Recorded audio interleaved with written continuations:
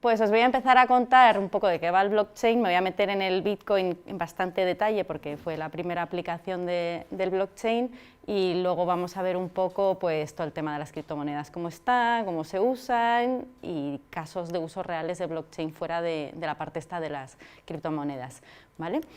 Entonces, bueno, estamos en plena cuarta revolución industrial. Y de todas esas tecnologías que veis aquí, machine learning, movilidad, los drones, el Internet de las cosas, la que dicen que va a tener un mayor poder de revolucionarlo todo es blockchain. Y la historia de blockchain, por lo menos la historia hasta ahora, es muy parecida, es similar a la de Internet. Y a mí me gusta mucho hacer esa comparación para que entendáis blockchain, cuál es su aplicación, cuál es ese poder de revolución que tiene, transformacional. Entonces, supongo que muchos de vosotros sabréis cómo comenzó Internet, dónde tiene su origen. Y tiene su origen por motivos militares, porque allá en la Guerra Fría las comunicaciones que había eran todas punto a punto, y habían grandes servidores centrales de comunicaciones. Entonces, imaginaros que Nueva York quiere comunicar con San Francisco, en medio en Chicago había un gran servidor de comunicaciones. Pero eso corría el riesgo de que si caía una bomba nuclear en Chicago, se te cortaban todas las comunicaciones en Estados Unidos. Entonces el DARPA, que es el Departamento de Defensa americano, allá por los años 70 empezó a estudiar el tema de las redes distribuidas.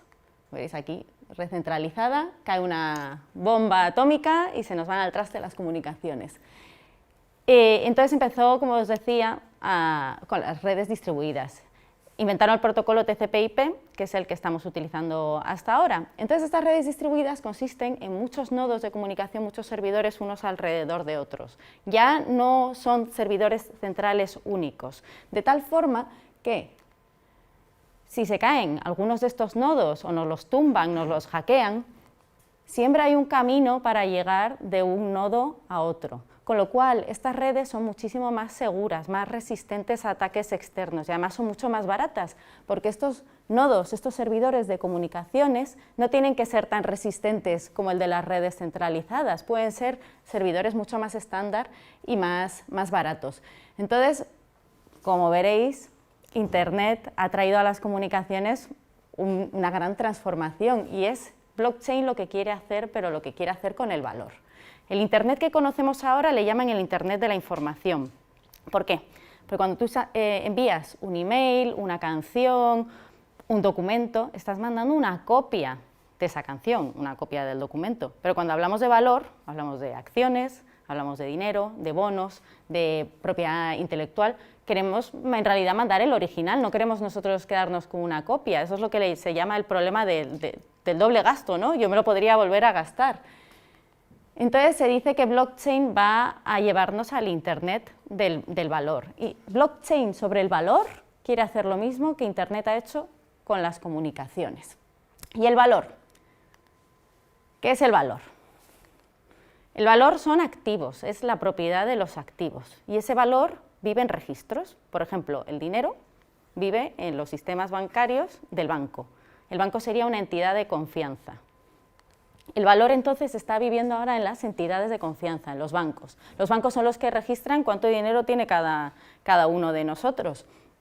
Y esto funciona bastante bien. Y cuando queremos hacer una transferencia de valor de un banco a otro, que vamos a hacer una transferencia, necesitamos una serie de intermediarios. Necesitamos cámaras de compensación, procesadores de pagos, etcétera, etcétera. Porque cada una de estas entidades de valor tiene sus propios registros contables, sus propios sistemas, y no confían el uno en el otro. Como no confiamos el uno en el otro, necesitamos de terceros que hagan las reconciliaciones. Imaginaros un pago entre el Santander y el BBVA, entre un cliente del Santander y uno del BBVA de 3.000 euros. Pues tiene que bajar el balance en un lado 3.000 y subir el balance en el otro. ¿Y cómo hacemos eso los bancos? ¿A la de 3 nos ponemos de acuerdo? No, necesitamos todos estos mecanismos intermedios. Y el Internet es solo una capa de comunicación, solo sirve para comunicarnos los cambios del valor, pero el valor no vive en Internet, el valor donde vive es en las entidades de confianza. En este caso que estamos hablando de sistema financiero, el valor vive en los bancos. Y esto funciona bien, o sea, nos sirve, pero ¿qué pasa? Que es lento, es costoso, puede tener errores, tenemos que andar haciendo reconciliaciones entre bancos. Pensad en una transferencia internacional y olvidaros de los TransferWise y tal. Transferencia entre banco y banco. ¿Cuánto puede tardar una transferencia a Estados Unidos? No sé si alguno de vosotros habéis hecho alguna transferencia, os ha tocado estudiar fuera en algún momento. Pues puede tardarte 3 o 4 días y hay veces que no sabes dónde está tu dinero, si va a llegar o no, y se producen errores. Más o menos 1 de cada 200 transferencias tiene un error y hay que llamar a los bancos corresponsales para ver dónde se ha quedado pillada esa transferencia. Entonces, bueno, funciona, pero no es perfecto. ¿Qué pasaría si todos los bancos, todas las entidades de confianza, compartiéramos el mismo registro sobre el valor, sobre la propiedad de los activos? Si todos tuviéramos una misma base de datos, pues que ya no tendríamos que confiar los unos en los otros, confiaríamos en esa base de datos. Entonces, con blockchain se dice que el valor vive en la comunidad, vive en todos, porque todos estamos compartiendo ese registro. Entonces ya no hace falta que hagamos reconciliaciones, y además esto es automático y en tiempo real, es totalmente instantáneo. Imaginaros esa transferencia, disminuye un lado, sube en el otro, pero es que realmente estamos viendo todos lo mismo. Pues igual que os comentaba con Internet, pues esto está hiperreplicado, ¿no? Este registro, pues igual que teníamos muchos nodos, aquí si nos tumban unos cuantos servidores, podríamos recuperar la información de los otros y no nos tenemos que gastar tanto dinero en unos servidores más complejos, más resistentes y más seguros, porque esto ya de por sí ya es súper seguro. Total, ¿qué es blockchain entonces? Pues blockchain es simplemente una base de datos distribuida, compartida, muy segura, que registra la propiedad de los activos y que además nos ofrece una nueva forma de operar con ellos. Como os decía, base de datos. Esta base de datos permite añadir transacciones, pero no puedes borrarlas, es inmutable, entonces no hay forma de trampear al sistema.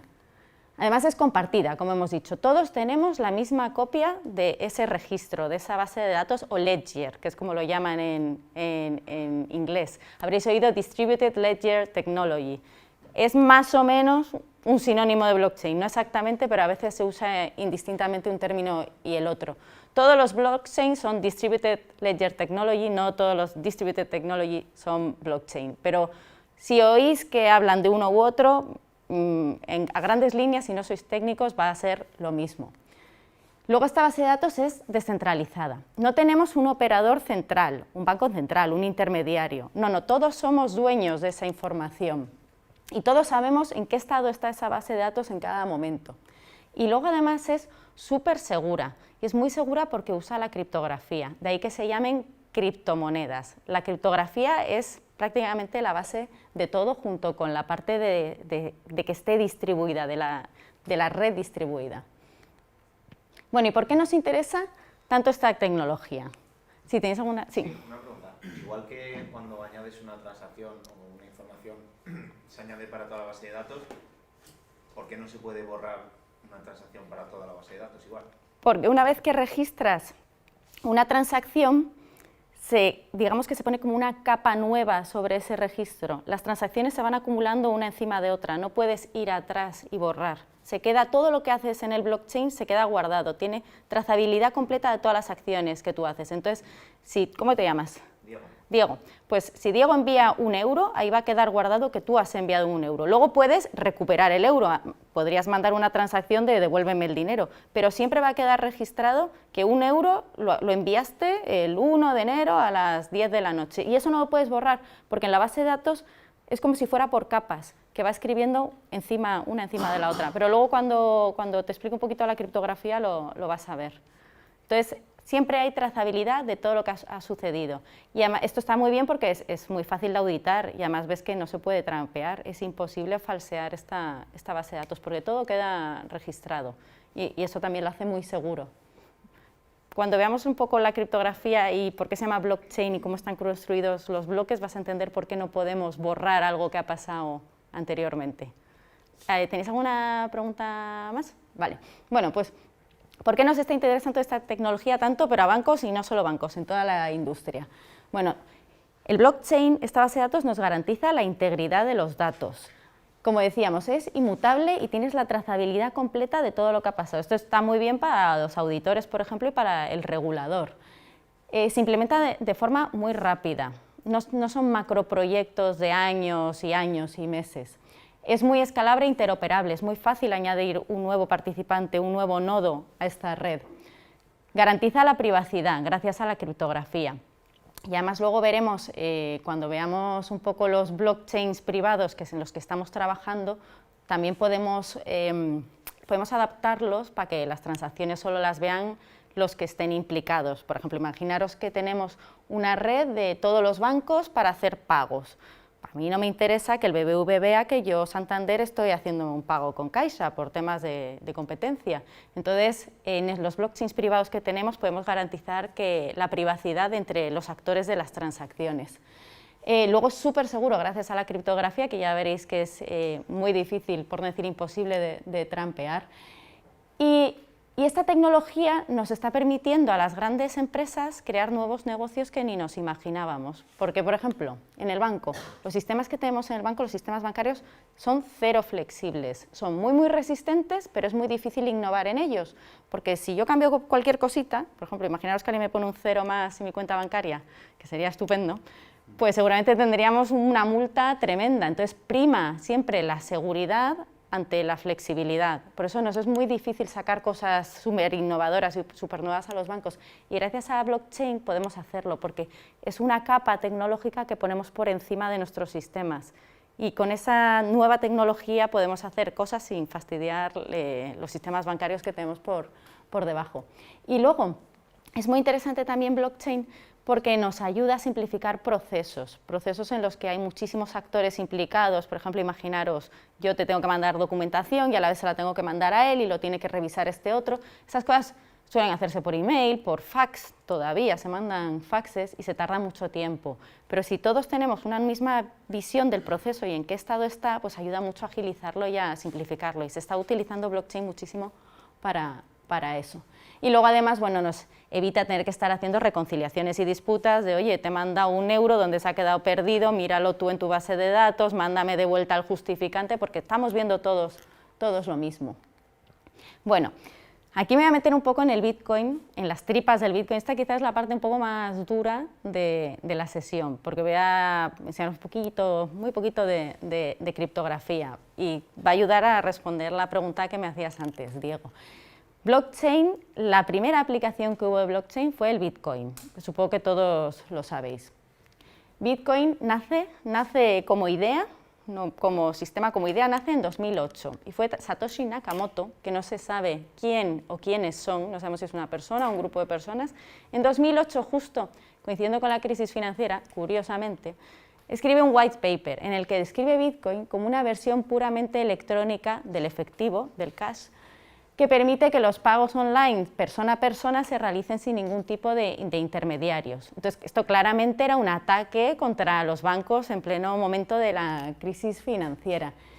Este paper se escribe en 2008 y en 2009 ya empezaban a estar los primeros bitcoins en circulación.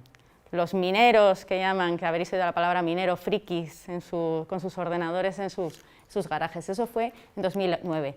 Pensad que ya han pasado pues casi 10 años han pasado de esto y ahí sigue. Y ahora es cuando nos estamos dando cuenta de todas las implicaciones que tiene la tecnología que hay por detrás y en todas las cosas que podemos usarlo. O sea que es muy parecido a Internet en lo que vamos poco a poco. Todavía no está madura del todo esta tecnología. ¿Y qué es Bitcoin? Pues Bitcoin son 3 cositas. La palabra Bitcoin en sí no es solo la monedita. La palabra Bitcoin significa 3 cosas. Lo primero es la base de datos de la que hablábamos, esa que está distribuida y compartida por todos, que tiene el historial de todas las transacciones que han sucedido y que además es inmutable. Lo segundo es el protocolo de comunicación en sí. Cómo los diferentes participantes, los diferentes servidores, nodos, todo esto son sinónimos, cómo se ponen de acuerdo en cuál es el siguiente estado de esa base de datos, en qué transacciones se van a incluir en la base de datos y cuáles no y en qué orden. Y luego, lo tercero que todos conocéis, es el token, la monedita, el Bitcoin, que tiene 2 objetivos principales.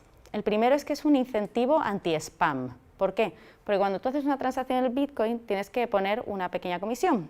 Entonces, si alguien quiere atacar la red con un ataque DDoS, que se llama el DDoS, de Denial of Service, que es que empieza a lanzar transacciones vacías, o sea, mando 0 euros a Diego, mando otros 0 euros.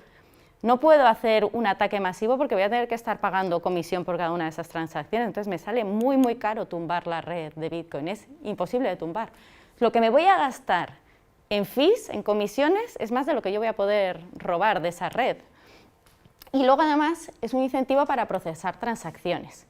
Los mineros, los participantes de la red, se van a llevar un premio por participar en la red y por estar validando las transacciones. Entonces el Bitcoin, aparte de la monedita con la cual intercambiamos valor o invertimos en ella, además sirve la propia moneda para que la red no te la tumben y para tener a todos esos participantes contribuyendo y minando, validando las transacciones. Bueno, ¿y cómo conseguimos en Bitcoin, porque hemos estado aquí hablando de participantes, nodos, mineros, transacciones, cómo conseguimos en Bitcoin que haya confianza entre los participantes sin que haya ningún tipo de intermediario? ¿Cómo lo conseguimos sin que haya una entidad central, un gobierno, una empresa? Simplemente un montón de mineros, de nodos, de participantes conectados unos entre otros, y aquello funciona, tú mandas un Bitcoin y le llega perfectamente, nadie te roba. ¿Cómo hacemos esto? Bueno, pues se consigue gracias a tres cosas. La principal, la criptografía. La criptografía sirve para proteger los activos, los tokens, gracias a firmas digitales y una cosa que se llama hashes, que os voy a explicar luego, que quizás es la parte complicadilla de esta sesión. Sirve para garantizar la integridad de esta base de datos y para garantizar que las transacciones son auténticas y que la identidad de las personas que están realizando esas transacciones también es auténtica, que son quienes dices que son. Todo esto con la criptografía, que lo vais a ver dentro de un rato.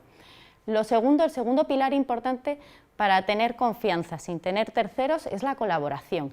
Tener esa red de nodos, de servidores todos interconectados, que todos comparten la misma base de datos y que se ponen de acuerdo en cuáles son las transacciones que se van a incluir. Si el 51% de los nodos que validan están de acuerdo, la transacción se incluye.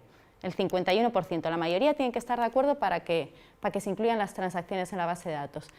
Y luego, por último, el código. El código está distribuido, el algoritmo está distribuido y replicado en todos los nodos, en todos los servidores. La base de datos, como os decía, solo permite agregar transacciones, tiene todo el historial y es inmutable y no se puede cambiar. Por lo cual tenemos una única fuente de la verdad. ¿Hasta aquí todo entendido? Lo de ponerse de acuerdo en... ¿Cómo se ponen de acuerdo? Sí, o... no, ¿y en base a qué sobre todo? Si no me gusta esta operación, no... Bueno, no es me gusta o no me gusta. Tú piensas que esto es un algoritmo que todos los ordenadores, que todos los servidores tienen instalado y que siempre ejecutan lo mismo. Entonces, más que no ponerme de acuerdo, es de, tú estás validando, a ti te han llegado 10 transacciones de la gente que tenías más cerca, a mí me han llegado otras 10 transacciones de los que tengo yo más cerca. Bueno, pues esto es porque así es Internet, ¿no? Unos son de China, les llegarán los de China antes que los de Estados Unidos. Entonces, yo propongo a la red que las transacciones nuevas que se van a incluir en la base de datos son las mías que yo tengo más cerca. El otro va a proponer las suyas. Y esto es una cuestión de rapidez. En cuantos más nodos validen mi bloque, el que yo he generado, y todos estén de acuerdo y lo vayan incluyendo, los otros al final lo que van a hacer es descartar lo que estaban validando, lo que estaban haciendo y continuar con lo que había hecho yo. Van a adoptar lo que yo estaba hecho, van a copiar, ¿vale? O sea, al cabo de más o menos, que ahora lo veremos, de unos cuantos bloques de transacciones, si ves que el de al lado lleva más transacciones que tú y la mayoría también están yendo por otro camino, digamos como que te unes, ¿no?, a lo que estaban haciendo el resto. O sea, no todos los nodos, los validadores, eligen las transacciones que ellos deciden que son las buenas, las que van a validar, pero luego se tienen que poner de acuerdo entre ellos. Eso lo vamos a ver luego cuando se explique un poco cómo funcionan los mineros. ¿Pero entonces puede haber transacciones que no se validen? En realidad se validan, pero tardan, algunas tardan más tiempo, y suele ser las que tienen una comisión pequeña, porque tú puedes elegir la comisión que quieres poner a la transacción, pero los mineros, los nodos validadores de Bitcoin no son tontos, entonces van a escoger primero las transacciones que tengan una comisión más alta. Si tú pones una comisión muy pequeñita, pues igual tu transacción en vez de validarse en 10 minutos tarda 2 días, o sea, acaba entrando dentro de la base de datos, pero puede tardar más. Entonces, si tienes prisa en que tu transacción se ejecute en Bitcoin, métele una comisión más alta, que entonces va a ser la primera que cojan. Pero bueno, es que no quiero meteros todavía a la complejidad de los mineros antes de tiempo. Quiero que cuando lleguemos a esa hoja os lo cuento y ahí entenderás bien lo de las transacciones. Vale, entonces voy a meterme un poquito en criptografía para que entendáis cómo esto es tan seguro y por qué también se llaman criptomonedas. ¿Alguno sabe algo de criptografía? Nada, ¿verdad? Bueno, la criptografía simétrica, esto se inventa en los años 70, esto lleva aquí muchísimo tiempo, la tenéis en todos vuestros ordenadores, en todos vuestros dispositivos, en el WhatsApp tenéis criptografía simétrica, está por todos lados. Aquí no hemos inventado la rueda, simplemente blockchain está utilizando algo que ya teníamos y que a nadie se le ocurrió juntarlo pues, con redes distribuidas y con otras características técnicas. Bueno, pues la criptografía asimétrica, o también llamada de llave pública, consta de un par de una llave pública y una llave privada. Imaginaros que esto pues, son dos cadenas de caracteres con letras, números, como si fueran dos claves larguísimas de 32 bits. Bueno, pues la clave pública y la clave privada están ligadas criptográficamente la una a la otra. Imaginaros Guerra Fría, los americanos mandando un mensaje a sus tropas en el frente que no quieren que los rusos descifren. Bueno, pues los americanos en el frente disponen de una llave privada que digamos que es como una contraseña que desencripta los mensajes que se encripten con la llave pública.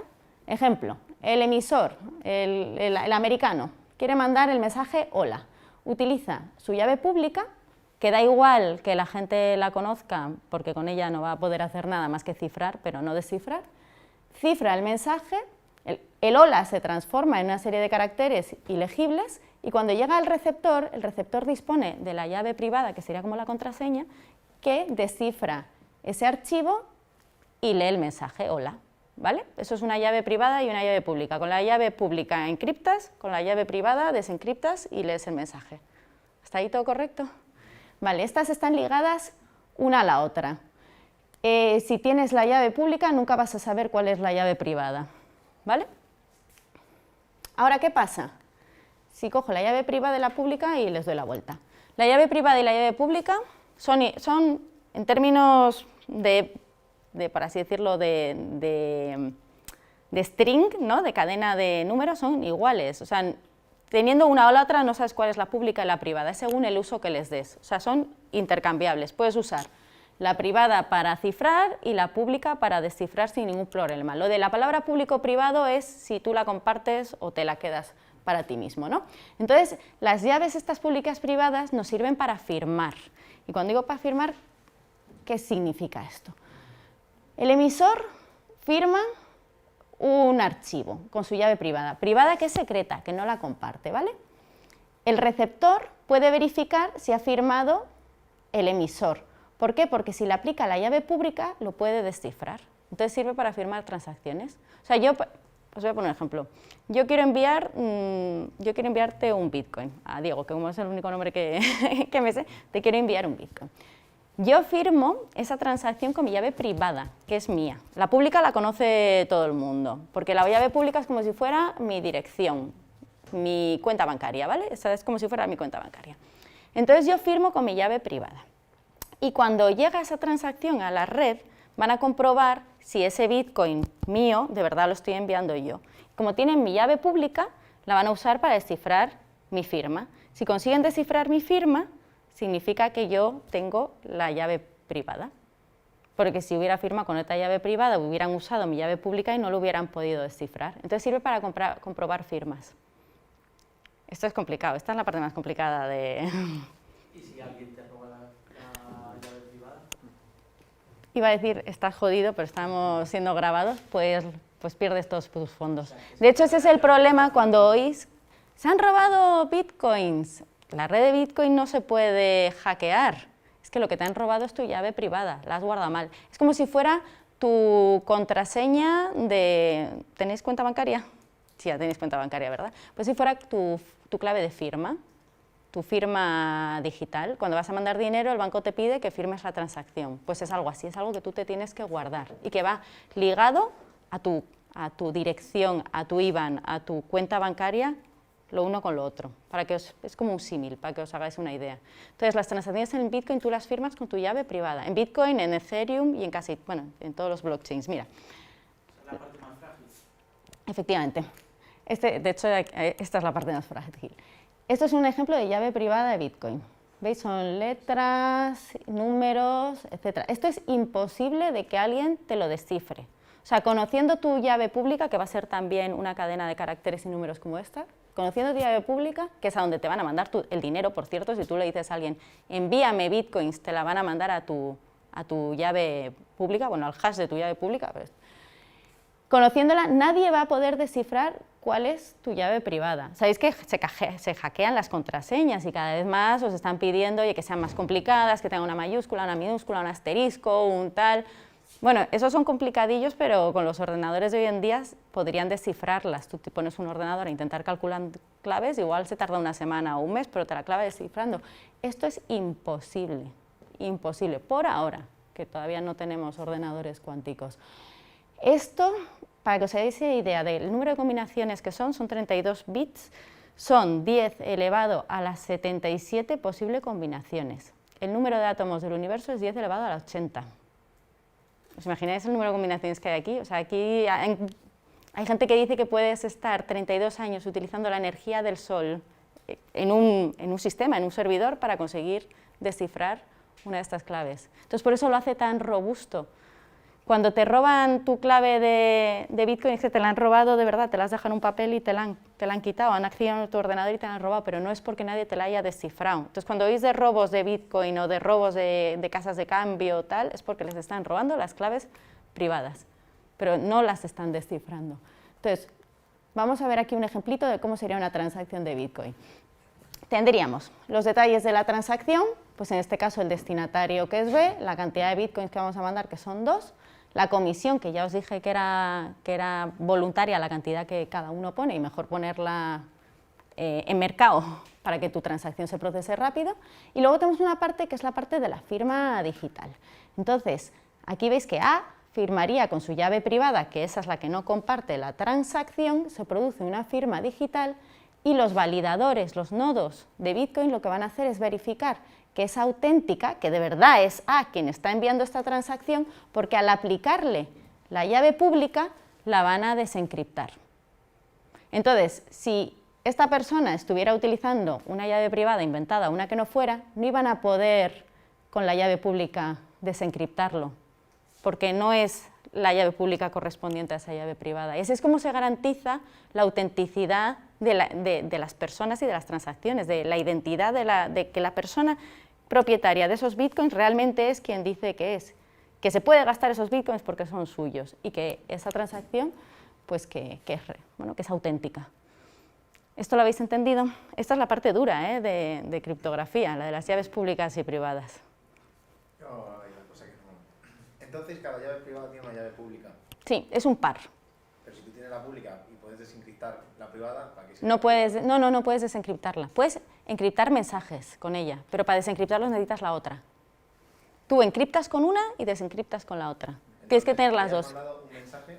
Esta persona está mandando un mensaje en el que se ve su llave pública, porque la llave pública es como tu identificador, es como si fuera tu cuenta bancaria, ¿vale? Es el que tiene. Se ve la pública, no la privada. Claro, se ve la pública y la firma. La firma es el resultado de aplicarle esta llave privada, de encriptar la transacción, la encriptas con la llave privada, pero no la compartes la llave privada, solo la utilizas como si fuera una llave para cerrar una cerradura. Pues tú estás ahí encriptando. ¿Y el que verifica que has utilizado tu llave privada, quién es? Porque me imagino que en algún sitio estará que tu llave privada es esa. ¿Alguien lo sabe? Esa es la gracia. Eso es lo bonito, que nadie lo sabe. O sea, el algoritmo criptográfico que hay detrás liga siempre una clave privada con una pública. Pero no hay una base de datos de a esta pública le corresponde esta privada. No hay ninguna base de datos, el algoritmo en sí las genera. Te voy a enseñar un ejemplo. ¿Y eso no falla, no se rompe? No falla, no se rompe. Es un algoritmo que es una función matemática que tú puedes tener en tu ordenador. Es un programa, lo puedes programar en un programito. Os voy a enseñar un ejemplo. ¿Qué habla? ¿Que un algoritmo lee a otro algoritmo? Un algoritmo lee otro algoritmo. ¿A qué te refieres? Estamos hablando de traspaso de... Tú tienes tu par de llave pública y llave privada, que es como una contraseña y un usuario que te lo ha generado un algoritmo. Es un algoritmo conocido, en criptografía. Y luego lo que haces con esa llave privada es encriptar la información de la transacción. La encriptas, entonces te sale ahí un churro de letras y números, ¿vale? Si con el otro algoritmo de desencriptar le metes la llave pública y consigues ver el mensaje, es que estaba firmada con la llave privada correspondiente. O sea, llave pública y privada van una de la mano de la otra. Para una llave pública solo hay una llave privada. Encriptas con una y para desencriptar solo puedes hacerlo con la otra. Es una función matemática que es así, la entrada es de una forma y la salida es de otra. Y es una función matemática conocida. No necesitas tener un programa, una aplicación, o sea, te la podrías tú programar en tu propio ordenador, ¿vale? Entonces, la privada es importante que te la guardes, que no la compartas con nadie. La pública la puede conocer todo el mundo porque al final es casi que tu dirección a donde te van a enviar tus fondos. Luego, la otra parte que decíamos, aparte de la criptografía, era la colaboración, el que todos los participantes tengan el mismo registro. En Bitcoin todos tienen la misma copia de la base de datos, todos saben, todas las transacciones que han sucedido las tienen registradas en su base de datos. Solo las que valida la mayoría son las, como estamos diciendo antes, el 51% de estos participantes de mineros, solo los que validan el 51% son las que se van a incluir en esta base de datos, en este registro. Entonces, pues este sistema no depende de ningún actor en particular, depende de la comunidad en sí. ¿Y por qué se llama blockchain? A ver, esto yo creo que os va a venir bien por alguna de las preguntas que me estabais haciendo antes. Bueno, pues las transacciones nuevas se van enviando a la red de validadores. Entonces los validadores les van llegando y, como decíamos, a unos les llegan unas, a otras les llegan otras. Las transacciones les van llegando y las van validando que son correctas. Pues ¿qué validan? La firma digital que veíamos antes, que es auténtica, validan que tiene suficientes fondos. Todas estas transacciones lo que hacen es que las van a agrupar en un bloque. Blockchain, bloque de transacciones, ¿vale? Ese bloque tiene una referencia, que es otra cadena de estas de caracteres y números larguísima, y a los 10 minutos más o menos se genera un bloque nuevo. Y este otro bloque contiene la referencia del bloque anterior. Y a los 10 minutos se genera otro bloque, y así sucesivamente. Entonces, ¿qué pasa? Que cada bloque tiene la referencia del anterior, por eso se llama blockchain, cadena de bloques, porque los bloques van encadenados unos a otros. ¿Qué pasa si yo cambio, por lo que estábamos diciendo antes? Quiero borrar el dinero que he enviado, quiero borrar una transacción. Si yo borro esta transacción, esta referencia va a cambiar y se me va a romper toda la cadena. Por eso no puedo cambiarlas. Porque cambiar una transacción podría ser también que yo quiero trampear el sistema y quiero decir, oye, que no he enviado este dinero para volver a gastármelo. Y todos detectarían que yo estoy intentando hacer un cambio, porque las referencias se romperían. Y eso os lo voy a enseñar en una web que está muy bien, os lo voy a enseñar ahora dentro de un rato. Por eso se llama blockchain. Los mineros. Ay, perdón, hay una pregunta. Ah, sí, bueno, voy a intentar tocarlo todo, ¿eh? Luego habrá algunas cosas que seguro... No entender lo de que no hay intermediarios, pero sí que hay intermediarios. Llámale que es un mercado, es un grupo de... la mayoría, digamos. No son participantes, o sea, intermediarios, cuando tienes un intermediario... No hay nadie que sí, pero o sea, los participantes son los mineros. Bueno, que es la pregunta que iba a hacer yo. O sea, tú como para ti como usuario que no minas, pues tus intermediarios sí que serían todos esos mineros validadores, pero la red en sí no tiene intermediarios. O sea, por ejemplo, entre los bancos sí que tenemos un banco central, tenemos cámaras de compensación, Visa, Mastercard, procesadores de pagos. Aquí no hay intermediarios, es participante contra participante, y no hay nadie que regule, me diga esto es correcto o no, nos ponemos de acuerdo entre todos. Los mineros. Los mineros, servidores, nodos, todas estas palabras que estábamos usando que valen para lo mismo. Estos son los responsables de validar las transacciones y agruparlas en los bloques que veíamos antes. Entonces, para minar, para validar, emplean un alto poder computacional, emplean muchísima energía. ¿Por qué? Porque tienen que encontrar la solución a un puzzle criptográfico, tienen que adivinar un número. Y el primero que lo adivina es el que se lleva el premio. Entonces, todos están compitiendo por minar el bloque, por ser el primero en encontrar la solución a un puzzle criptográfico, que no os preocupéis porque lo vais a ver con vuestros ojos, lo que es minar os lo voy a enseñar dentro de un rato en una demo. Entonces, el primero que lo resuelve, como os decía, recibe una recompensa y son 12,5 bitcoins. Acordaros que hace unos meses el bitcoin estaba a 10.000 euros, es que es una pasta. Entonces, hemos pasado de que los mineros fueran los frikis que estaban en sus garajes utilizando sus ordenadores, sus tarjetas gráficas mientras no jugaban a los videojuegos, se dedicaban a minar, dejaban el ordenador por la noche minando, validando, iban ganando pues, unos bitcoins que en aquella época no valían nada. Ahora son empresas, se llaman granjas de minería. Como veis son estanterías y estanterías de servidores. Esto ya es un negocio, claro. Si queréis alguno de vosotros minar, os podéis añadir a un pool de mineros, os podéis juntar vuestro poder computacional de vuestros mini ordenadores comparados con estos servidores, os podéis juntar con otros mineros y en comandita todos juntos minar y el premio que se consigue lo repartís entre todos. Pero para que veáis cómo ha cambiado. Y esto gasta muchísima energía. O sea, están diciendo, comparando lo que gasta, la energía que gasta Bitcoin con la que gastan países como Holanda. Dicen que para validar una transacción de Bitcoin es la misma energía que se gastaría en un hogar americano durante una semana. Por eso este modelo va a tener que cambiar. ¿Y dónde están los mineros? Pues los mineros están principalmente, efectivamente, en China, en América del Norte, Europa del Norte, pues por toda esta zona. ¿Por qué? Porque necesitan zonas que sean frías. Por esto se calienta mucho, es mejor dejar las puertas abiertas de esas granjas de minería para que entre el frío. Imaginaros pues en Alaska. La conexión a internet tiene que ser rápida y la energía barata. En cuanto tienes un pico de energía ya no te es rentable ponerte a minar bitcoins. Entonces, bueno, pues está muy concentrado en estos países, sobre todo en China. Con lo cual, bueno, hay gente que le hace más gracia o menos gracia a Bitcoin porque creen que está dominado por los chinos. Pero bueno. Y ahora, las funciones hash. Veréis, ¿os acordáis de esas referencias que estábamos hablando de los bloques, que tiene una referencia al bloque anterior y os decía, esto es otra cadena de caracteres y números muy larga, pues parecida a las llaves públicas y privadas? Pues se llaman hash. La función hash es una función criptográfica que lo que hace es que le metas el input, que le metas, ya puede ser un archivo o frases, lo que te dé la gana, te lo va a convertir en un string de caracteres que tiene una longitud fija y siempre va a tener la misma longitud independientemente del tamaño que tenga lo que le metas, que puede ser una foto, un documento o lo que te dé la gana. ¿Para qué sirven las funciones hash? Pues sirven para certificar. Por ejemplo, imaginaros un documento que pues en vez de ir al notario, un título, efectivamente, entonces esa información o una foto o lo que sea para la propiedad intelectual de las cosas, de la música, tú le pasas la función hash, te va a dar un string de caracteres. Entonces, si tú quieres, y esto lo puedes, pues, imaginaros, lo podrías publicar en el ABC o en La Razón mañana, este hash, y certificar que ese documento es válido y que fue firmado tal día, a tal hora. Si yo ahora llegara con un documento o una canción diferente y le pasara la función hash, al ser diferente me va a dar una salida diferente. La misma entrada de datos va a darte siempre la misma salida de datos, ¿vale? O sea, es imposible modificar el mensaje sin que cambie el hash.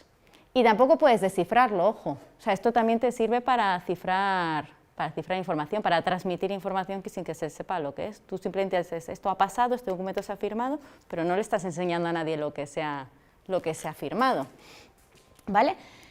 Y como veis, por ejemplo, pues aquí tenemos el zorro rojo camina, tenemos este hash. Cambia solo una letra y ya la salida no tiene nada que ver. Por eso no hay correlación ninguna, es muy difícil descifrarlo. Y las funciones hash tienen un papel muy importante en todo el blockchain. Como veíamos antes cuando os enseñaba ese bloque, en el minado. ¿Por qué es importante en el minado? Bueno, en el minado y en la integridad de las transacciones. Cada bloque y cada transacción, todo en Bitcoin, se le pasa por la función hash. Pero en concreto los bloques se le pasa por la función hash y es como si fuera un identificador de ese bloque. Si yo cambio, esto ligado con la pregunta de antes, si yo cambio cualquiera de estas transacciones, el hash me va a cambiar. ¿Qué pasa? Que lo vamos a detectar todos los validadores enseguida que alguien está intentando hacer trampas, porque nos va a cambiar el hash respecto a lo que nosotros ya teníamos registrado. Entonces nos facilita muy rápidamente detectar cualquier cambio, cualquier hackeo de la red. Además, el hash tiene un papel fundamental en el puzzle criptográfico del que hablábamos antes. Ese puzzle que tienen que resolver los mineros. Pues como os decía, hay varios algoritmos de consenso, de cómo llegamos todos a ponernos de acuerdo en cuáles son las transacciones que vamos a meter en la base de datos. El de Bitcoin es el que decíamos antes, el Proof of Work, el Proof of Stake es el que os comentaba de que los validadores de alguna forma apuestan, ¿no?, sus tokens, su participación, y bueno, lo usan monedas menos conocidas, Peercoin, Decred, ahora Ethereum lo va a meter, y el de BFT que os decía antes, el Byzantine Fault Tolerant, que básicamente es de que nos mandamos mensajitos entre nosotros para ponernos de acuerdo, es de pues ahora validas tú, luego valida el otro, el resto decimos que sí que es correcto, y este es el que más se utilizan en las redes empresariales. Luego os había comentado, a ver, sí, habíamos visto que toda la información es pública, nos habíamos metido en el explorador, nos hemos metido dentro del bloque, nos hemos metido dentro de la transacción, habéis visto los balances. Y bueno, para terminar el bloque un poco de Bitcoin, ahora que yo creo que ya sabéis un poco las tripas del minero, el hash, las funciones criptográficas, ¿cómo funcionan de principio a fin? El usuario crea la transacción. Bueno, antes de crear la transacción tiene que tener un wallet, que ya vimos un ejemplo de llave pública privada, crear la transacción y la firma con la llave privada. La transacción se envía primero a unos pocos participantes, se envía para su validación. Si es válida, estos van a retransmitirlo al resto. Si no es válida, la van a descartar. Entonces los mineros, cuando ya todos tienen las transacciones, compiten para validarlas. Cada minero va a elegir las transacciones que quiere en su bloque, luego el bloque que gane es el que se va a imponer.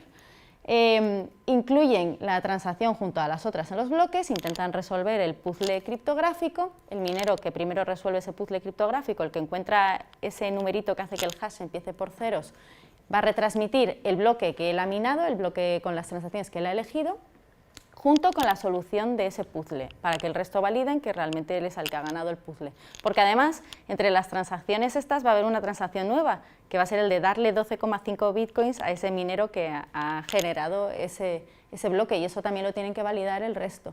Si es incorrecta la información, ese bloque se descarta. Si es correcta, la van a meter en el blockchain, en la base de datos, y los mineros van a comenzar enseguida, porque no hay que perder tiempo, en validar el bloque siguiente. O sea, los mineros no cogen y se dicen entre ellos, que sí, ok, lo meto. No, simplemente meten ese bloque nuevo en la base de datos y se ponen con el siguiente. Y cada X tiempo pues van viendo las cadenas del resto si coinciden, porque si no coincide y ves que la mayoría está con otra, te tienes que poner al día y borrar la que tú tenías y coger la otra, ¿vale? Bueno, esto es hasta aquí, Bitcoin.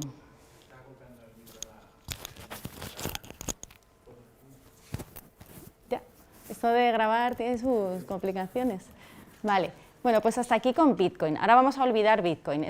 Ethereum trajo una innovación adicional que se llaman Smart Contracts. Ethereum, su base de datos no es Diego manda a Miguel un Bitcoin, Coti manda a fulanito 2 Bitcoins. Lo que hay en la base de datos de Ethereum son programas informáticos que se llaman Smart Contracts. Esto tiene un potencial tremendo y lo que estamos usando, los blockchains que estamos usando las empresas, son blockchains que tienen esta funcionalidad de Smart Contract. ¿Y qué es el Smart Contract?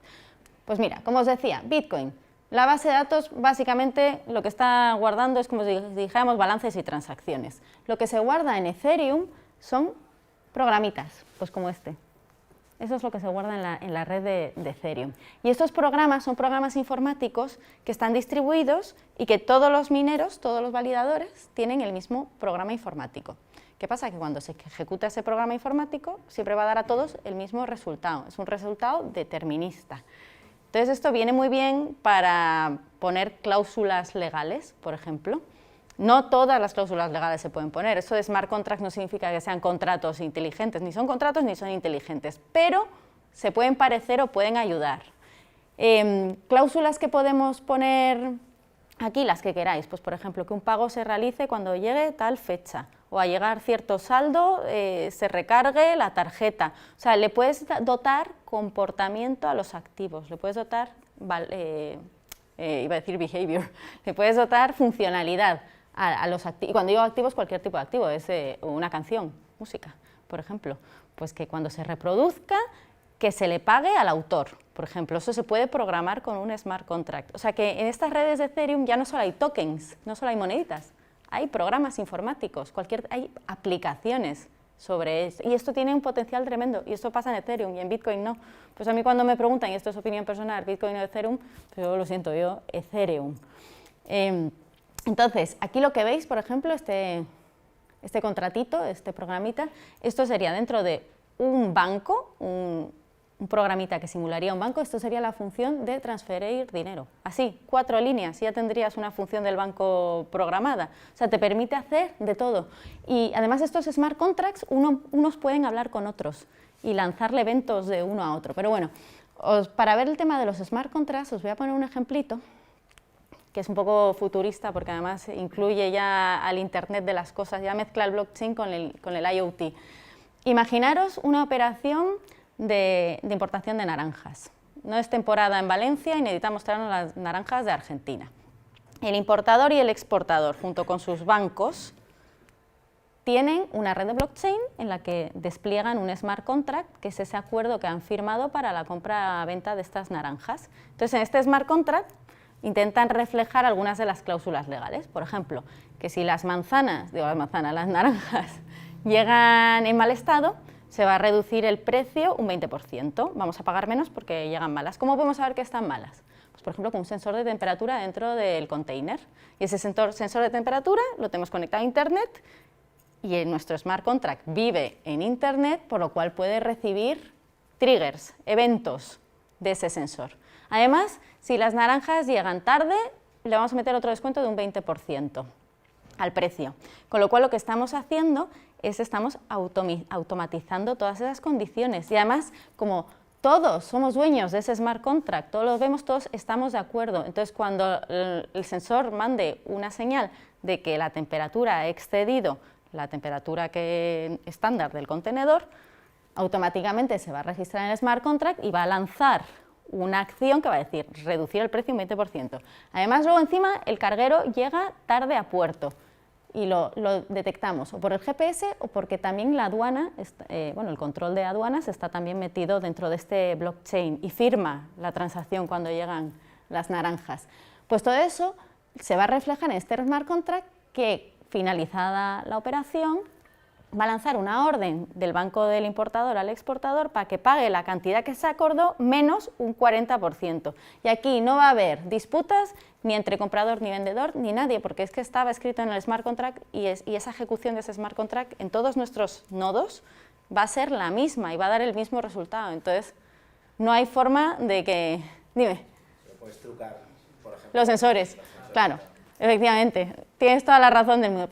Trucarías los sensores, pero este ejemplo es para enseñaros el potencial de los smart contracts. Entonces, cuando decimos un carguero, aquí podemos decir música o cualquier otra cosa, o votos, o lo que queramos. Entonces, es verdad que puedes trucar los sensores, pero bueno, ahí tendrías que hacer auditorías de los sensores. Tendrías que hacer muestreo y cada X tiempo mandar a una auditora que comprobara que no los han trampeado. Pero bueno, ¿entendéis cómo podrían funcionar el potencial que tienen los smart contracts? Aquí podéis meter lo que os dé la gana con un smart contract. Puede ser desde videojuegos hasta lo que decíamos, música, votaciones, aquí se puede programar de todo y esto es donde está el potencial mayor del blockchain, es lo que estamos utilizando las empresas, no estamos utilizando el Bitcoin, no estamos utilizando los tokens.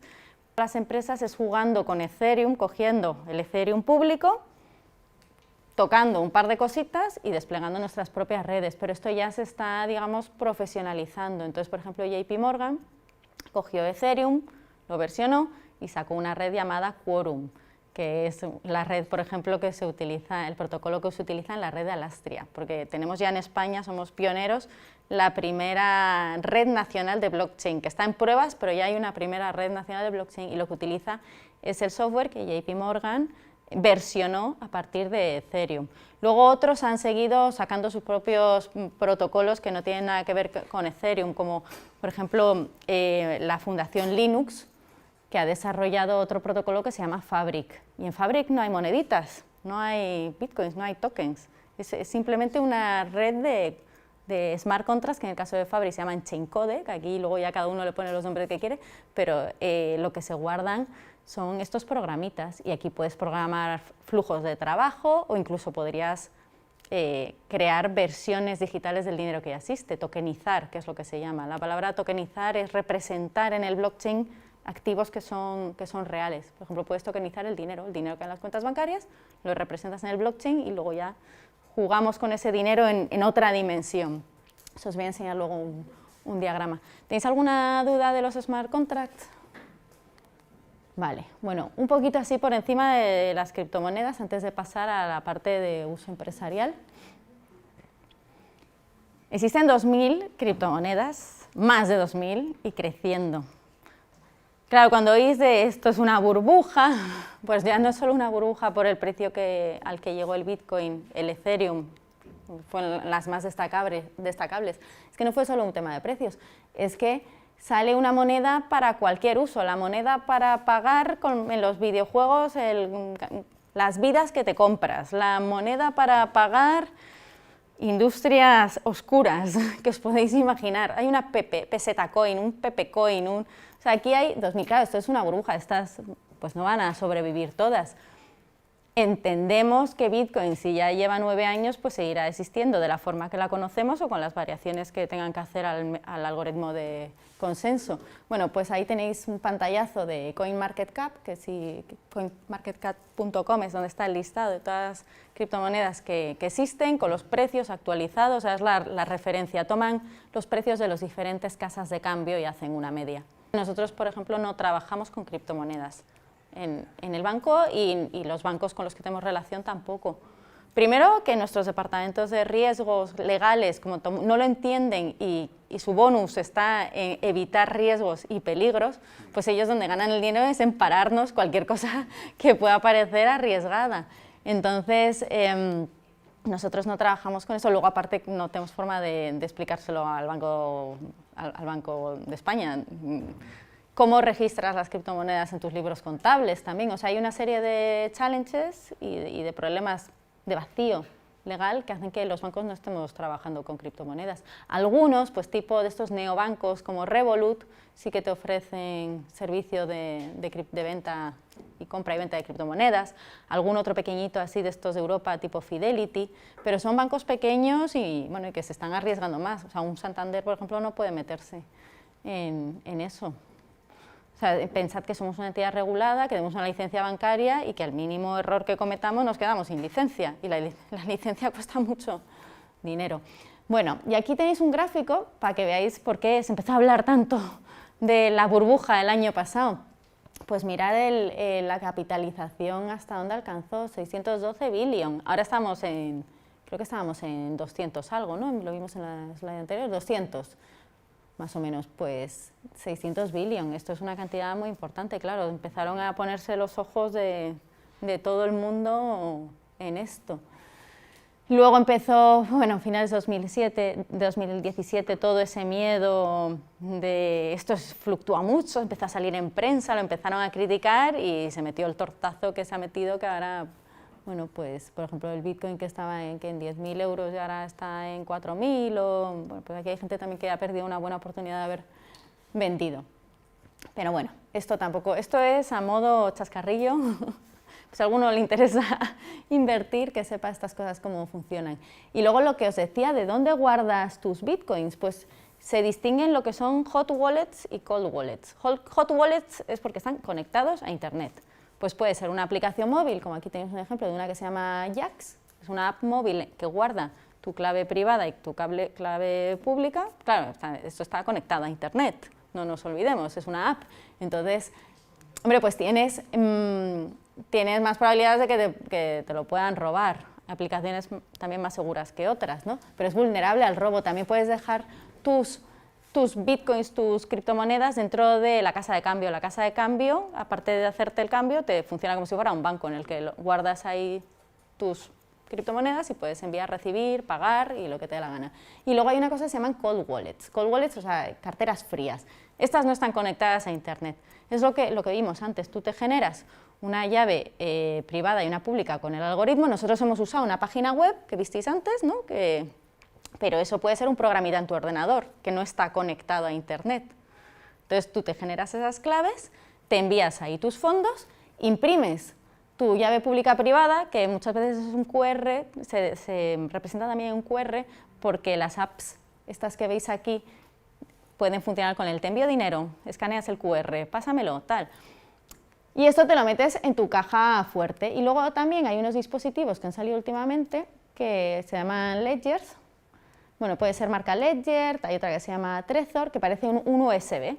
Entonces tú en ese USB tienes tus claves, o sea, no es que estén ahí tus bitcoins, tus bitcoins están en el registro común, ¿no? Pero lo que están ahí son tus claves y eso tú te lo guardas y el día que quieres enviar o recibir bitcoins, bueno, mejor dicho, enviar, porque recibir te los envían a tu llave pública y ahí queda registrado en el sistema. Cuando quieres enviar a alguien, este pinchito USB lo conectas en tu ordenador, metes una clave que es de 8 dígitos, ya no es la clave privada está dentro de ese USB, y lo utilizas y envías.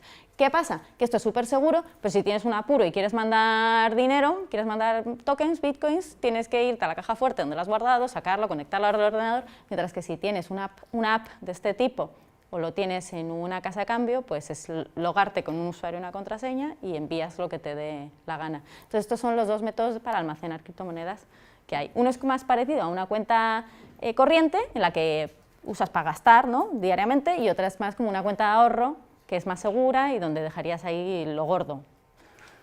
¿Vale? Bueno, esto para lo que sepáis, para que si alguno quiere invertir algún día o comprar, dime. Y a los bancos tradicionales, ¿por qué no les interesa hacer esa función de, o sea, de recibir depósitos de... No, sí, a ver, nos interesaría, pero es que como... Eso no es arriesgado, ¿no? Custodiar criptomonedas. Bueno, no es... nos lo hemos planteado también, o sea, no custodiar criptomonedas, sino custodiar las claves de la gente, hacer el custodio de las claves, de tus llaves privadas públicas, porque tú piensas que nosotros, los servidores que tenemos están súper protegidos, entonces, ¿qué mejor sitio para guardar? Igual que guardamos tu clave del banco, guardar tu clave, y sí que se ha planteado, pero ¿sabes qué pasa? Que cuando vas a la gente de riesgos o a la gente de legal a plantearle estas cosas, tienes que pasar 80 comités, te ponen pegas por todas partes y al final alguien que te dice no, sin justificártelo. Entonces todavía están todos los bancos mirando unos a otros a ver si lo hace el otro, a ver qué dice el Banco de España. ¿Sabes? No hay nadie que haya cogido y se haya envalentonado, lo haya hecho y luego ya esto se haya de alguna forma hecho una cosa común. O sea, todavía da miedo. O sea, tú dices dentro de un banco, criptomoneda, y ya es como todos al suelo. A lo mejor uno pequeño le interesaría, ¿no? A uno pequeño, si tiene unos buenos sistemas, servidores, bien protegidos, sí. Pues yo no descarto que lo empiecen, o sea, a mí me parece un negocio que podríamos dar los bancos y yo lo he mirado, pero tú explícaselo, o sea, imaginaos que le tengo que dar esta sesión a todos los de riesgos, de legal, del banco, y además lo primero que va a decir es criptomoneda, los chinos, tal, no lo entienden, o sea, todavía esto no está tan maduro, no es tan común. O sea, la gente ha empezado a escuchar blockchain hace un año, aunque lleva desde el 2008-2009, pero ese es un negocio perfecto. O sea, ahí has estado muy rápido porque lo hemos estado pensando y mirando. Dentro de innovación, pero innovación podemos pensar todas las ideas locas que queramos, aunque los de legal luego nos las paren. Y es un servicio además por el que yo, por ejemplo, pagaría. A mí que me guarden que me custodien mis claves privadas, fenomenal. Ya ni la caja fuerte, que es el lugar más seguro que donde ya guardo mis ahorros, ¿no? mi nómina, donde llega mi nómina. CoinMarketCap, que es la web en la que os enseñé, de la que salieron esos precios, lo que hace es que coge las casas de cambio que existen y saca los precios que hay. Entonces, depende de la casa de cambio que quiera meter ese par, dólar, Bitcoin, o yo qué sé, yen, Bitcoin, que lo quiera meter dentro de su sistema. Si no, pues no va a haber mercado. O sea, al final depende de las casas de cambio principalmente. ¿Vale? Vale, pues, ¿alguna duda de Bitcoin, los smart contracts, la parte pública, tal? No. Bueno, si no, yo os doy mi dato de contacto por si os queda ahí alguna duda y se os queda ahí atascado, aunque en Google se encuentra últimamente todo. Bueno, aplicaciones de blockchain en la empresa. A ver. Bueno, esto ya os he ido un poco contándoos que no nos interesan en las empresas las redes públicas, como el del Bitcoin, el Ethereum, etc. ¿Por qué? Porque ya hemos visto que son completamente abiertas, que se pueden meter los chinos, que se puede meter quien quiera como participante. Por otro lado, todos los datos son públicos. Nos hemos metido en un explorador de bloques, hemos visto las transacciones, los bloques, el hash de ese bloque, cuántos bitcoins se estaban transaccionando dentro. Y luego además tienen su propia criptomoneda, su propio bitcoin, su token, que no nos interesa ni a los bancos ni a las empresas en general. Entonces, ¿qué nos interesan? ¿Las redes privadas o las permisionadas? Una red privada, por ejemplo, es la que haríamos todos los bancos de Santander para compartir información o para hacer pagos entre nosotros, y sería solo del Santander, y nadie tendría ni por qué saber ni que existe, privada. Una red permisionada es una red en la que es pública en alguna forma, porque tú puedes optar a unirte, pero es privada en la parte en que tienes que pedir permiso para poder acceder. O sea, es privada porque se decide quién puede acceder y quién no. Y eso sería, por ejemplo, la red de Alastria, la red que el CEU es parte de la red. Efectivamente, CEU tuvimos el primer nodo junto con ICADE, los dos Eso primeros es. nodos universitarios. Pues esa es una red que es permisionada, en la que cualquier empresa se puede unir, pero le tenemos que dar permiso a las que ya estamos dentro para unirse. Entonces esas son las redes que nos interesan a las empresas, las privadas y las permisionadas. Suelen ser operadas pues, por consorcios, por organizaciones. Una red privada del Santander es operada por el Santander. O sea, ya no esto es completamente abierto, descentralizado, esto ya es un poquito más centralizado, ¿no? O operadas por consorcios, por ejemplo, la Alastria, pues por la propia asociación de Alastria, es la que pone las reglas del juego, por así decirlo. Son además bases de datos que son privadas, no son completamente abiertas, porque no nos interesa por un tema de competencia que el BBV vea lo que el Santander está haciendo con Caixa, por ejemplo. Eso no, hay que ocultarlo, eso se cifra para que solo lo veamos nosotros y además no compartimos todos los datos con todos, los compartimos, por ejemplo, tenemos lo que se llaman canales, tenemos un canal con el BBV, otro canal con Caixa, entonces los dos tenemos la misma fuente de información, la compartimos entre nosotros, es como si tuvieras varias bases de datos todas juntas, por así decirlo. Y entonces la información es confidencial. Y luego podemos tener un token o no, pero en general no necesitamos de un token. Si estamos haciendo transferencias internacionales, lo que tenemos es el euro en el blockchain, no tenemos el Bitcoin. Y luego si estamos haciendo un workflow, un proceso, pues ahí no necesitamos monedita ni necesitamos nada, solo llevar la trazabilidad de todas las acciones que se han hecho en ese proceso. ¿Y eso ya existe, digamos, la relación de Santander con BBVA a través de blockchain, de información? Que no, algo que No, todavía no. No tenemos ningún proyecto con ellos. O sea, tenemos proyectos con otros para cosas. O sea, con BBVA en concreto tenemos... No, por ejemplo, BBVA o cualquier banco. Ah, bueno, no, sí, se está usando. O sea, todavía son pilotos, ¿eh? Y hay alguno que otro ya saliendo a producción. Ahora os cuento luego ejemplos al final, ¿vale? De cositas que se están haciendo. Vale, bueno, dentro de cómo usamos las empresas el blockchain hay una cosa que se llama tokenización que es esencial. Esencial cuando queremos traducir lo que son activos, pues el dinero, los valores, los bonos, y lo queremos traducir al mundo blockchain, se llama tokenizar. Tenemos una amiga, María, en común, que hace una comparación muy graciosa del proceso de tokenizar. Dice que esto de tokenizar es como la película Avatar, que tú tienes tu cuerpo humano, lo metes en esa cápsula, ¿no? Y se te replica tu cuerpo en el otro mundo, y tu cuerpo humano, que solo puede pues, andar, saltar y tal, luego en el mundo Avatar, pues puede dar todo tipo de piruetas, tiene otro color, tal. Bueno, pues esto es algo parecido. O sea, los activos reales se quedan donde están, los representamos en el mundo blockchain y ahí en el blockchain podemos hacer con ellos lo que queramos. Los podemos dividir, los podemos partir, los podemos intercambiar instantáneamente, les podemos poner condiciones, comportamiento, etc. Entonces, ¿cómo lo hacemos? Aquí tenemos un esquema de cómo tokenizaríamos dinero, en este caso, por ejemplo. Entonces, en el sistema bancario tú tienes un registro, una base de datos con todas las cuentas de los clientes. Cada una de estas celdas es la cuenta de cada uno de vosotros que tiene un saldo. Imaginaros que tenemos un sistema de pagos instantáneos que utiliza blockchain y que si queréis usarlos podéis dar de alta y podéis daros de alta y decir pues, cuánta cantidad queréis enviar, ¿no? Por este sistema de pagos instantáneos en blockchain. Ese dinero que queréis enviar, lo que vamos a hacer nosotros en el banco sería meterlo en una cosa que se llama cuenta ómnibus. Una cuenta ómnibus es como una macrocuenta donde se juntan los fondos de todo el mundo. Ya no es una cuenta para cada uno, es una cuenta con el dinero de todos. ¿Qué pasa? Que cuando vuestro dinero entra en esa cuenta ómnibus, tenemos un sistemita, un programita que está escuchando lo que pasa, los movimientos que se hacen entre cuentas bancarias y se da cuenta de que María quiere tokenizar su dinero para hacer una transferencia instantánea. Y este tokenizador, esta piececita que tenemos dentro del banco que está escuchando las transacciones que se hacen a esa cuenta ómnibus, lo que hace es que replica en un smart contract, que ya sabéis lo que es un smart contract, que sería un criptobanco, replica ese dinero que se ha movido a la cuenta ómnibus en una cuenta cripto, cuenta para María. Entonces, todo el dinero de toda la gente que vaya a hacer transacciones con el blockchain se va a meter en el banco en una única cuenta, pero luego va a estar segregada en el criptobanco. El criptobanco sí que va a tener, María tiene 5, Pepe tiene 3, aunque luego el dinero real esté aquí todo unido. Entonces, una vez que tienes el dinero representado en el blockchain, bloqueado físicamente en la cuenta esta bancaria, tú ya en el blockchain puedes hacer con él lo que quieras, puedes hacer micropagos, que los micropagos, por ejemplo, es una cosa que ahora no existe. Esto de, por ejemplo, leo una noticia y pago 2 céntimos por la noticia, no podemos ahora. Lo que hacemos es que tenemos que suscribir, porque los micropagos son muy caros. Es como los pagos con tarjeta que os dicen, no se puede pagar menos de 5 euros,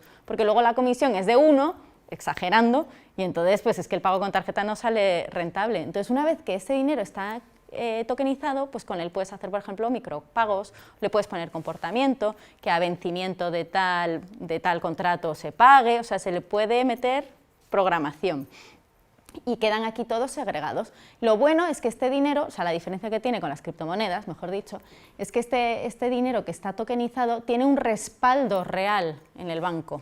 No es como el Bitcoin, que detrás del Bitcoin, ¿qué hay? No hay dinero, no hay oro, no hay nada, y lo que hay es pues que nos gusta, ¿no? Y que tiene el valor que nosotros le damos. En el dinero tokenizado sí que habría un respaldo dentro del banco. Lo mismo podríamos hacer con acciones. Las acciones las podríamos representar en el blockchain, los bonos, cualquier tipo de activo, ya no solo bancario, las canciones, todo se puede tokenizar, ¿vale? Cualquier tipo de activo. Y esto es una de las cosas que más se usa dentro de los proyectos que tienen las empresas, la parte de tokenizar activos y luego la parte de los flujos de trabajo, de los workflows, de los procesos. Son principalmente los proyectos que se están haciendo. Y bueno, ya hay multitud de casos de usos para el blockchain. Por ejemplo, el de la identidad. El de la identidad, además, es efectivamente, porque luego a partir de la identidad puedes construir un montón de cosas encima. La identidad es uno de los primeros casos de uso que se está viendo en esta red de Alastria, de la cual CEU sois miembros. La identidad que se llama soberana, Self-Sovereign Identity, es la identidad en la que el dueño sois vosotros, es cada una de las personas. Imaginaros que vuestra identidad digital vosotros podríais decidir con quién la compartís, con quién dejáis de compartirla, o sea, por cuánto tiempo la compartís, qué atributos de vuestra identidad queréis compartir, que no queréis el DNI completo, igual solo es necesario vuestra fecha de nacimiento, pero no de dónde habéis nacido. Vosotros podríais controlar qué compartís de vuestra identidad y con quién. Ejemplo, vais a alquilar un coche. Las compañías de alquiler de coches solo necesitan saber que sois mayores de 21 años o de 26, no sé cuál es el límite, pero no necesitan vuestra fecha de nacimiento. Vosotros podríais compartir simplemente que sois mayores de edad y que eso estuviera atestado por una entidad, pues como, pues yo qué sé, por el gobierno. O sea, aquí imaginaros un blockchain en el que hay ciertas entidades que son las que, digamos, que emiten certificados diciendo que vosotros sois quien sois, que os habéis sacado el carnet de conducir, que habéis estudiado en el CEU, que tenéis este título o el otro. Todo puede quedar guardado en esa identidad digital vuestra y vosotros vais a aplicar a un trabajo y podéis decidir qué compartís de esa identidad, que tenéis este título o no lo tenéis. Y eso es la identidad self-sovereign que se dice. Y se está ya empezando a construir, bueno, hay prototipos en blockchain. Ya sobre esa identidad digital podéis hacer un montón de cosas, como por ejemplo las votaciones. Y una vez que ya se sabe quién sois digitalmente, además vosotros firmáis con vuestras claves, pues ya se pueden meter las votaciones en el blockchain. Eso está muy bien porque tú puedes gestionarlas al momento, puedes saber al momento los votos, puedes hacer el recuento. Dime. Y esto va como al contrario o sea, iría en contra de aquellas empresas que, por ejemplo, su método de financiación es conseguir información y luego venderla. Es como un camino hacia la privacidad. Tú tendrías que darles acceso a tu información. Igual tú puedes cobrar por ella. Claro, o sea que tú puedes monetizar tu información. Bueno, esto todavía le queda camino, pero esto es este es el objetivo, a donde se quiere ir. Que tú seas dueño de tu propia identidad y tú decidas quién la usa. Y puedas controlar, es como ir abriendo y cerrando puertas, ¿no? Aquí sí, o poniendo tics, con este sí comparto, con este no. Entonces, bueno, esa sería como una base pues, para, por ejemplo, pues, las votaciones. Ya no tendríamos los fraudes que hay ahora. Historial académico, de eso también podemos hablar de unos cuantos títulos inventados que hay por ahí. Imaginaos que estuviera en el blockchain, que fuera la universidad quien te lo certifica, inmutable. Eso también se está trabajando en ello. Quizá vosotros sois los primeros que lo tengáis, ya tenemos pruebas ahora mismo. Luego, bueno, pues el registro de la propiedad, se puede registrar cualquier tipo de activos. Ay, perdona, ¿qué ibas a...? Se registran actualmente los diamantes, por ejemplo, que es muy interesante para las aseguradoras, para que no te timen de que es el diamante que tú decías. O sea, hay ciertas propiedades del diamante se pueden grabar en el blockchain. Música y medios, lo que comentábamos antes, de que las canciones tuvieran un smart contract que según se oyen va el dinero directamente al autor de la canción. Y luego pues también hemos comentado, por ejemplo, los micropagos, pero aquí hay multitud de casos de uso. Se está viendo mucho, por ejemplo, pues caso de las naranjas, ¿no? En las cadenas estas de suministro, en la importación, exportación, también en el origen de los alimentos para certificar desde qué granja vienen, que venga todo registrado. Pero bueno, ejemplo, esto es real, el ejemplo de recarga de coches eléctricos se está utilizando en Alemania. Empezó una empresa que se llama Innogy a hacerlo, y sobre la red de Ethereum. Aquí la gracia es que lo que están haciendo es que tokenizan la energía, decíamos que se puede tokenizar casi de todo, tokenizan la energía y tokenizan el dinero.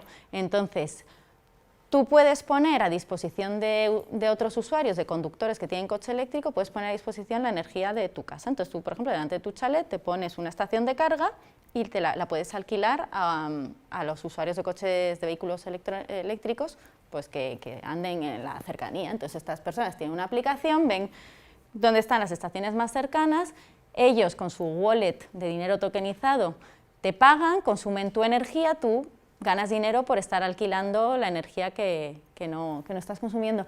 Y esto ya se está haciendo, y hay como 1000 y pico estaciones de carga en Alemania usando este servicio. Es una democratización también de la energía, ¿no? Un poco estilo uberización de las estaciones de carga. Tú en tu propia aplicación eres tu propio nodo de Ethereum, el medidor es otro nodo, los bancos tienen un nodo y todos compartimos el mismo smart contract que rige todo este funcionamiento. Pero bueno, hasta aquí la parte agradable.